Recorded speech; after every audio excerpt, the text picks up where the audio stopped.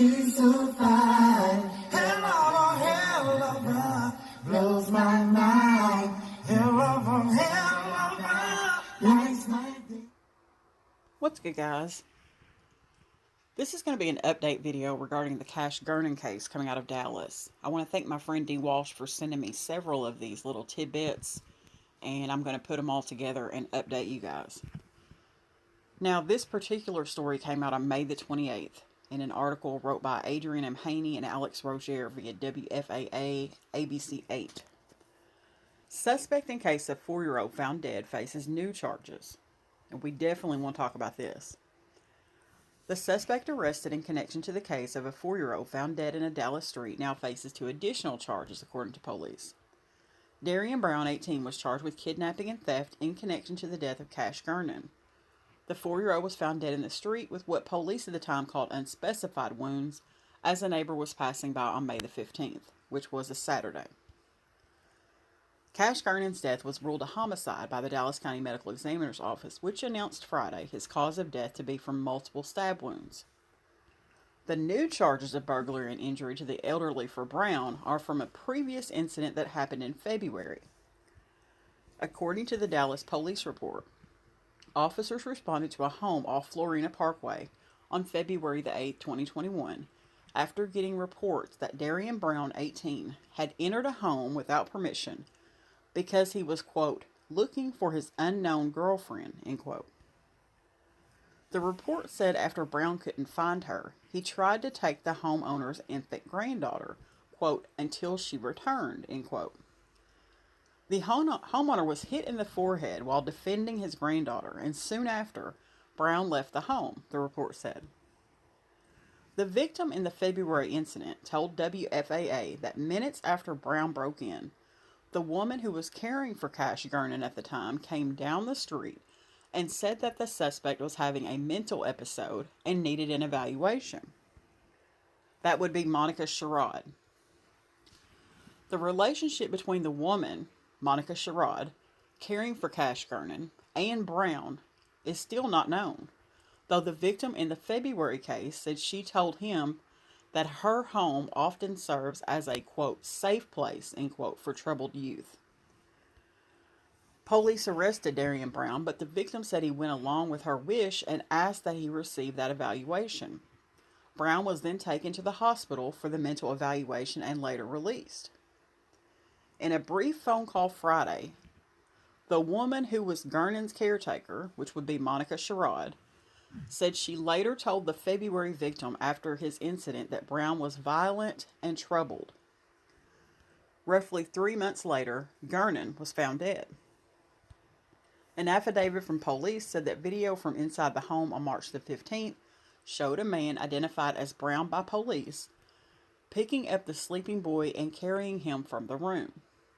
Based on video surveillance and photos provided by the woman, that would be Monica Sherrod, investigators determined Cash Gernon was the boy whose body had been found, the affidavit said. Though Brown faces the charges in connection to the 4-year-old's death, he has not been charged directly with Cash Gernon's killing. In a statement, Darryin Brown's attorney said the state hasn't officially filed a case with the district attorney's office. He said he is anxiously awaiting the state to do so he can view the evidence and start defending the 18-year-old who said he is innocent. So the other piece of the update is that now Darryin Brown is speaking out and saying, hey guys, I'm innocent. That's not me. His attorney is also saying that because that video surveillance was released, it prejudiced his client by making everyone think that was him on the video. Now, whether you believe it was or it wasn't, this is my thing. Whoever it is wearing a very distinct backpack. Also, very distinct shoes. And there's something else that's weird about this. So,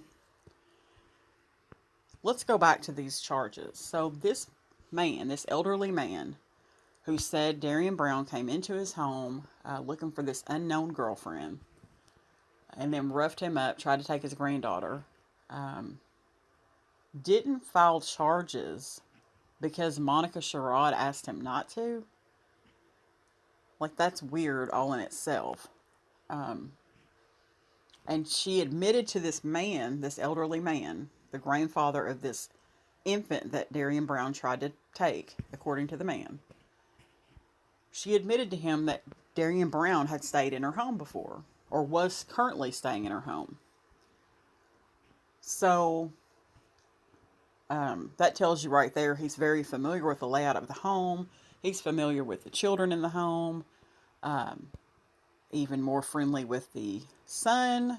I mean, it sounds like he was a on again, off again sort of person in the home.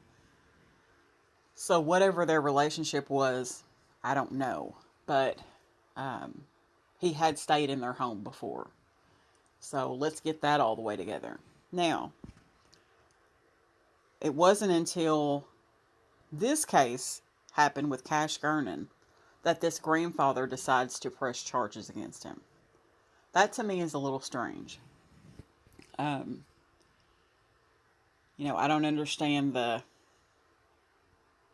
timing of that, but that's not for me to understand, I don't guess. But another thing, if you look at this video of whoever we believe this is, if it's Darryin Brown, if it's someone else, entering the home, going over to the toddler bed, and standing there, there's a couple of things that stand out to me. One is, why does he keep fooling with his ear? Does he have an earpiece in? Like, what's going on with that ear? He does it several times, and for quite a length of time when you're standing there in someone else's home in the dark about to take a kid. That to me is a little strange, or at least stood out. The other thing that stands out to me is this light in the window. And I'm going to highlight that. Very strange. What is that light? Where is it coming from? Because it looks like a cell phone light to me. When you turn your flashlight on your phone, that's what that looks like. And it's a very distinct light. When you see it, you know it's a cell phone light on your phone. So I don't know what that is behind that curtain or coming through the window. It's very strange. And it only happens a couple of times. So that is very strange and stood out to me. The other thing that bothers me, I guess the most, is why was this child not discovered missing until 11 a.m.? 11 a.m. though? Like, that's lunchtime. You didn't know this child was missing until 11 a.m.? That is so, so strange to me. If you have kids in the house, just being all the way 100, most kids will not let you sleep until 11 a.m. Let's just keep it a buck. That's not the norm. Most kids are up and at it. So that kind of stood out to me. But I definitely wanted to bring this update regarding this case. And, to me, honestly, when you're looking at Darryin Brown from this side, he has very distinct sideburns. And when you're looking at the person on that video as they stand from the sideburns line right up with Darryin Brown's. It's just a very distinct cut, and maybe it's because I am a kitchen-tician and I know how to cut hair that I notice stuff like that. But the hairline around the ears matches up perfect to the mugshot of Darryin Brown. And even in the court video and court pictures that are taken of Darryin Brown, it matches up. So, the backpack, I mean, I just don't see how you can't correlate the kidnapping and the murder. He took him, but because we don't have video, we can't charge him with murder or what have you right now. and we're still waiting on forensics to come back. So, I don't know. This case has gotten really weird, and honestly, this is just my personal opinion. I feel like Monica Sherrod knows more than what she's saying. And possibly her son Cameron may know more than what he's saying. Now, that's just the impression that I'm getting from jump. Let's keep it a buck. But I'm going to end the video on that note. Thanks for watching, guys.